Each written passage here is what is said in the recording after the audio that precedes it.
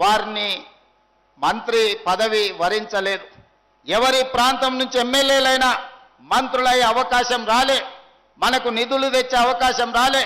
ఎప్పుడు మనం ఎవరి దగ్గరకో ఒకరి దగ్గరికి వెళ్ళి అయ్యా మా నియోజకవర్గానికి నీళ్లు కావాలి, అయ్యా మా నియోజకవర్గానికి గుడి కావాలి, అయ్యా మా నియోజకవర్గానికి బడి కావాలి, మా పిల్లల చదువులకు కష్టమవుతుంది, మా వైద్యానికి ఇబ్బంది అవుతుంది అని మనం విజ్ఞప్తులు చేసిన సందర్భమే. కానీ ఏనాడు కూడా మనకు గొప్ప అవకాశం రాలే.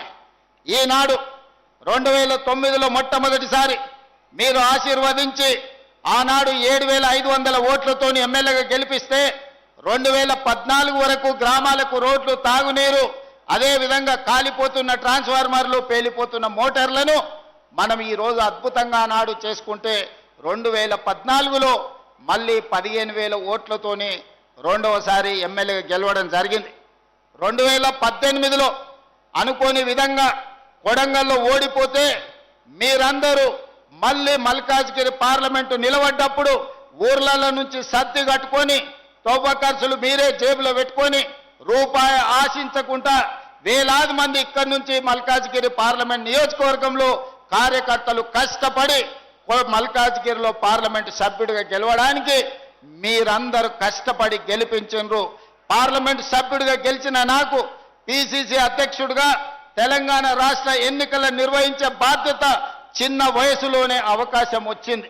ఆ అవకాశం తెలంగాణ రాష్ట్ర ప్రజలు ఆశీర్వదిస్తే ఈనాడు తెలంగాణ రాష్ట్రానికి ముఖ్యమంత్రి అయి ఈరోజు మీ ముందల నిలబడ్డాడు.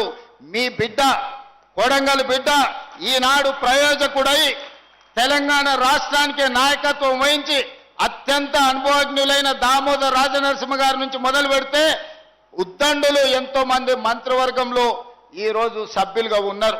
వాళ్ళందరి సహకారంతో ఈరోజు రాష్ట్రాన్ని ముందుకు నడిపించుకుంటూ ప్రతి సమస్యని పరిష్కరించుకుంటూ ప్రతి పేదవాడికి న్యాయం చెయ్యాలన్న ఆలోచనతోని పేదల సంక్షేమం, తెలంగాణ రాష్ట్ర అభివృద్ధికి రోజుకు 18 గంటలు పనిచేస్తూనే ఉన్నాం.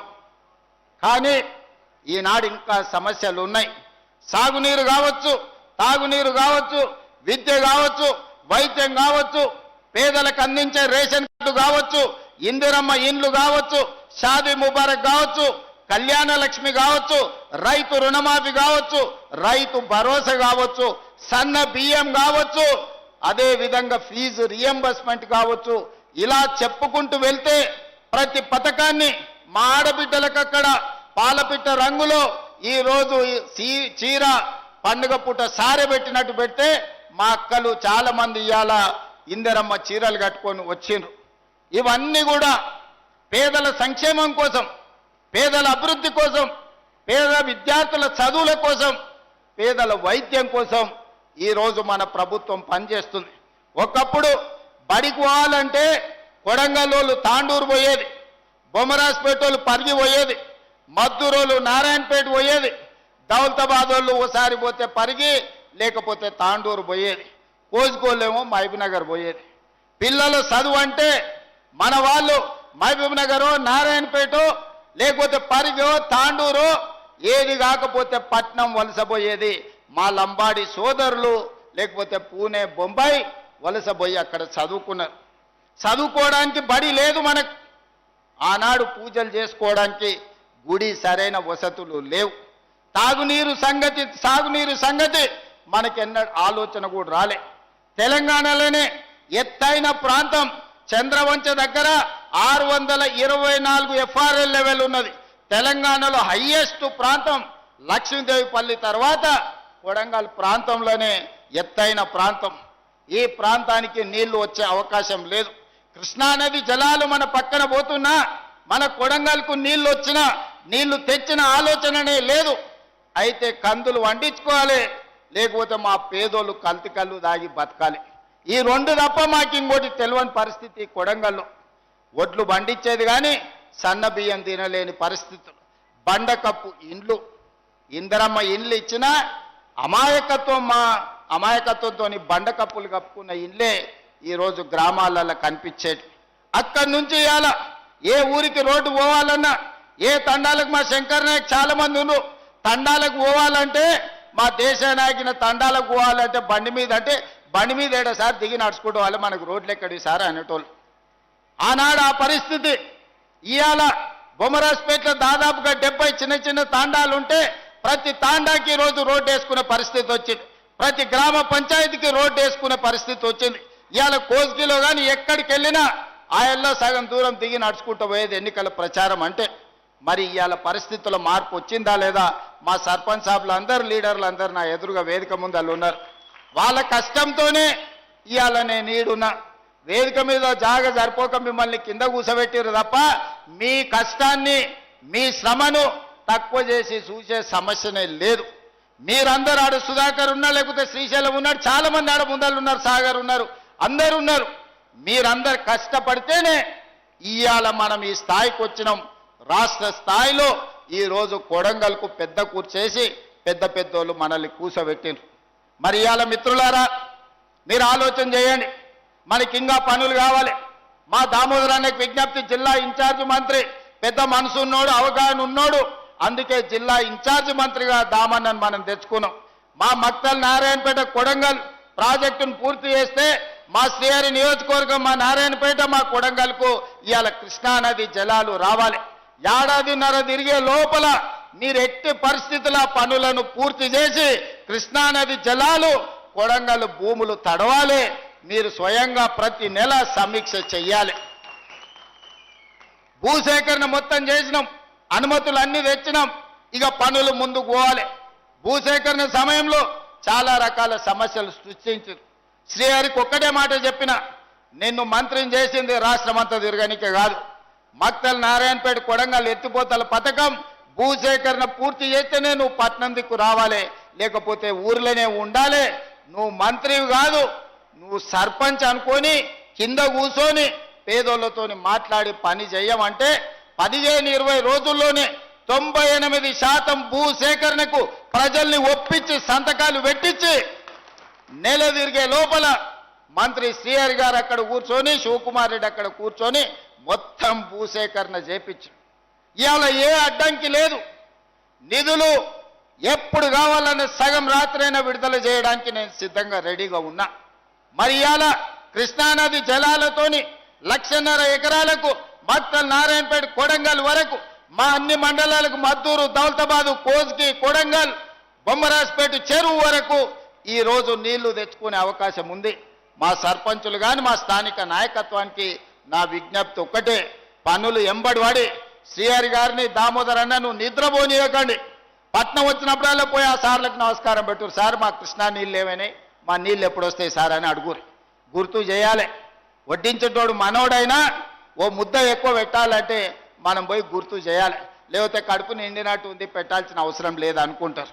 అదేవిధంగా కృష్ణా వికారాబాదు రైల్వే లైన్ మీకందరికీ తెలిసి ఎన్నేళ్ల నుంచి రైలు సప్పుడు ఇనుడే కానీ రైలును చూసిన పాపాన బోలే. ఆనాడు రామ్మోహన్ రెడ్డి నారాయణ స్వామి మంత్రి ఉన్నప్పుడు పోయి ప్రయత్నం చేసింది. ఇవాళ పూర్తిగా మన కళ ఫలించబోతుంది. వికారాబాద్ కృష్ణా లైను 90% మంజూరైంది. ఏం వెళ్ళింది, తోక మిగిలింది. రాబోయే 2 నెలల ఆ తోక కూడా బయటికి గుంజి వికారాబాద్ కృష్ణా రైల్వే లైన్ మనం తెస్తాం. అదేవిధంగా ఈ ప్రాంతంలో అపారమైన సున్నపు గనులు ఉన్నాయి, పరిశ్రమలేమో కర్ణాటకలో ఉన్నాయి. లారీలేమో రోజు మన రోడ్ల మీద పోతే మన రోడ్లు పాడు చేస్తాయి, మన పిల్లలకు ఉద్యోగాలు రాలే. అందుకే ఈరోజు మనం టేకులకోడు ప్రాంతంలో పెద్ద ఎత్తున సిమెంటు పరిశ్రమకు అన్ని అనుమతులు ఇచ్చినాం. రాబోయే 6 నెలల సిమెంటు పరిశ్రమ నిర్మాణం జరిగితే మన చదువుకున్న పిల్లలందరికీ ఉద్యోగ ఉపాధి అవకాశాలు ఈరోజు పూర్తి చేసుకోబోతున్నాం. అదేవిధంగా మనం బడికి పోవాలంటేనే తాండూరు పోవాలి, కానీ ఇవాళ medical college, engineering college, degree college, polytechnic college, ఐటీఐలో, అదేవిధంగా సైనిక్ స్కూళ్ళ నుంచి మొదలు పెడితే అన్ని 220 ఎకరాల లగచర్ల ప్రాంతంలో ఒక ఎడ్యుకేషనల్ హబ్. హైదరాబాద్ వాళ్ళు కూడా మెడిసిన్ చదవాలంటే కొడంగల్కి వచ్చేటట్టు. ఆనాడు రాష్ట్రం నలుదిక్కులో మనం పోయేటోళ్ళం చదువుకోవాలంటే, ఈనాడు రాష్ట్రం నలుమూలల నుంచి మంచి చదవాలంటే కొడంగల్కు పోవాల్సిందనే విధంగా ఈ రోజు విద్యాశాఖను తీర్చిదిద్ది ఈ రోజు కేజీ నుంచి పీజీ వరకు, పాలిటెక్నిక్, ఐటీఐ నుంచి ఇంజనీరింగ్ కాలేజ్ వరకు, నర్సింగ్ కాలేజ్ నుంచి మెడికల్ కాలేజ్ వరకు ఈరోజు కొడంగల్కు మనం తెచ్చుకున్నాం. అత్యంత వేగంగా పనులు జరుగుతున్నాయి. సంవత్సరంన్నర తిరిగే లోపల ఇవాళ ఈ పనులను మనం పూర్తి చేసుకోవడానికి అవకాశం ఉంది. కాబట్టి మిత్రులారా, ఇవాళ తెలంగాణ రాష్ట్ర ముఖ్యమంత్రి అంటే కుటుంబ పెద్ద లాంటి పదవి. చిన్న వయసులోనే పెద్ద బాధ్యత నా భుజాల మీద పెట్టింది ప్రజలు, అదేవిధంగా మా నాయకులందరూ కలిసి. కాబట్టి ఆడ కూర్చున్న వాళ్ళని కానీ చాలా మందిని పేరున ఊరూర్లో 30-40 మందిని పేర్లతో పిలిచేటంత పరిచయాలు నాకున్నాయి. ఎప్పుడు మిమ్మల్ని కలవాలని, మీ మధ్యలో ఉండాలని ఎప్పటికప్పుడు నాకు ఆలోచన ఉంటుంది, కోరిక ఉంటుంది.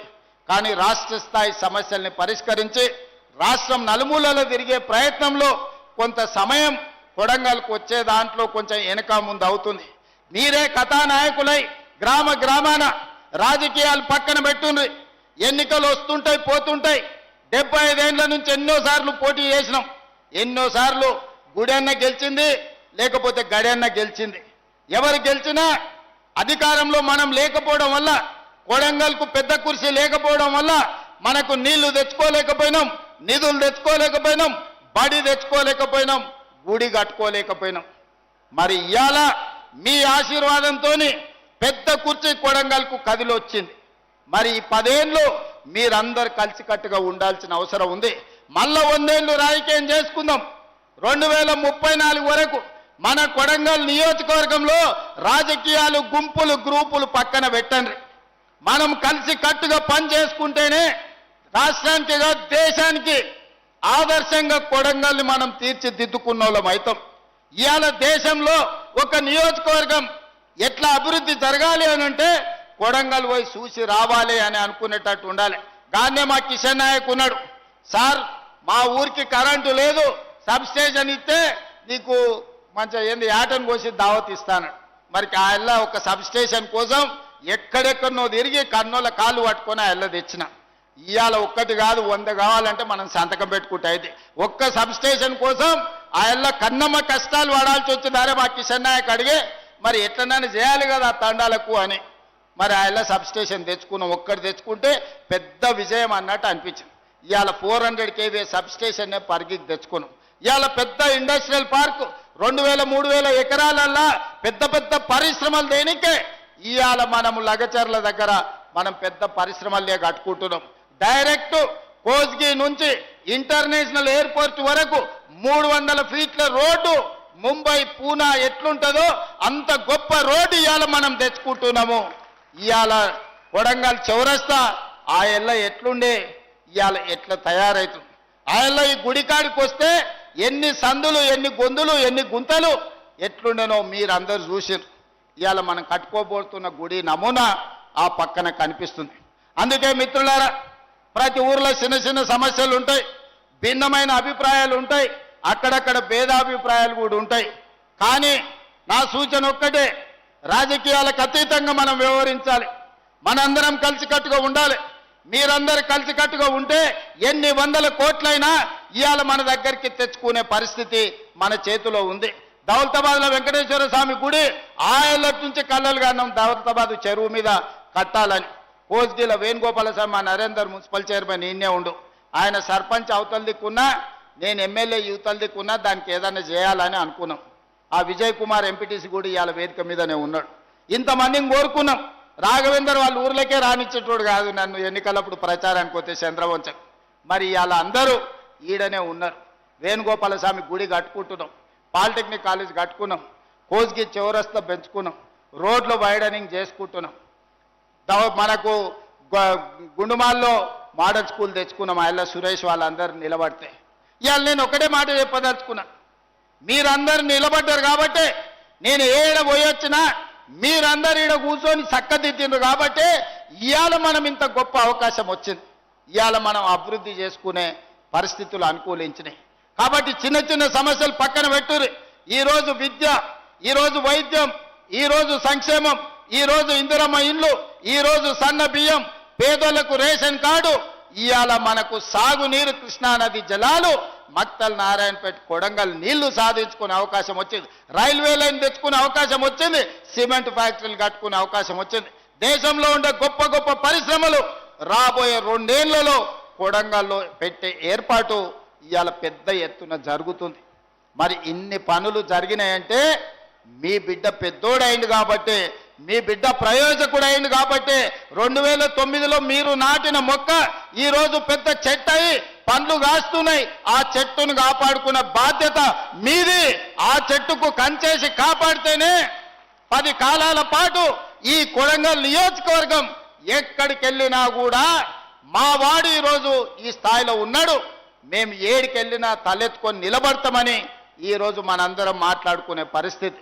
కాబట్టి మిత్రులారా, ఇంత మంచి కార్యక్రమం మీరందరూ వచ్చి మంత్రివర్గం అంతా సహకరించి, మీరందరూ మంత్రివర్గంలో కొడంగల్కు ఏ నిధులు కావాలన్నా ఏమనుకుంటా మంత్రులందరూ సహకరించి సంతకం పెడుతున్నారు. కాబట్టి ఈ రోజు నీళ్ళు వచ్చినా, బడి వచ్చినా, గుడి వచ్చినా, రోడ్లు వచ్చినా, నీళ్ళ ట్యాంక్ వచ్చినా, రైల్వే లైన్ వచ్చినా, సిమెంట్ కంపెనీ వచ్చినా, పరిశ్రమలు వచ్చినా, కోజ్గి నుంచి బరాబర్ ఎయిర్పోర్ట్ శంషాబాద్కు రోడ్డు వచ్చినా మంత్రులు సంపూర్ణంగా సహకరిస్తారు.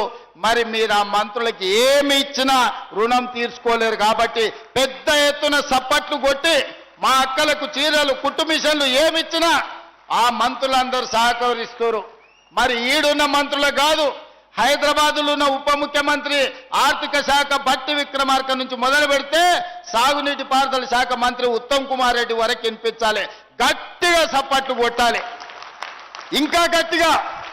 ఏమైనా సీటు కొట్టడానికి రాదా? ఏమైనా సాగర్ ఏం సప్లై చేస్తలేరు? ఏమైనా ప్రెస్ వాళ్ళు మధు నీళ్ళు కూడా కొడంగలే కదనే, మీ భూములకు నీళ్లు రావా? ఆ మంత్రులకు కూడా అయ్యో కొడంగల్ వాళ్ళు పెద్ద ఎత్తున ఆడబిడ్డలు కూడా సప్పట్లు కొట్టి సపోర్ట్ చేసిరంటే రేపు దామన్న శ్రీహరి మంత్రివర్గంలో వాళ్ళు పెద్ద ఎత్తున సప్పట్లు వచ్చి మనకు అండగా నిలబడ్డారు, సంతకం పెట్టురు అని సంతకం పెట్టిస్తారు. అవునా కాదా? అందుకే మీరందరూ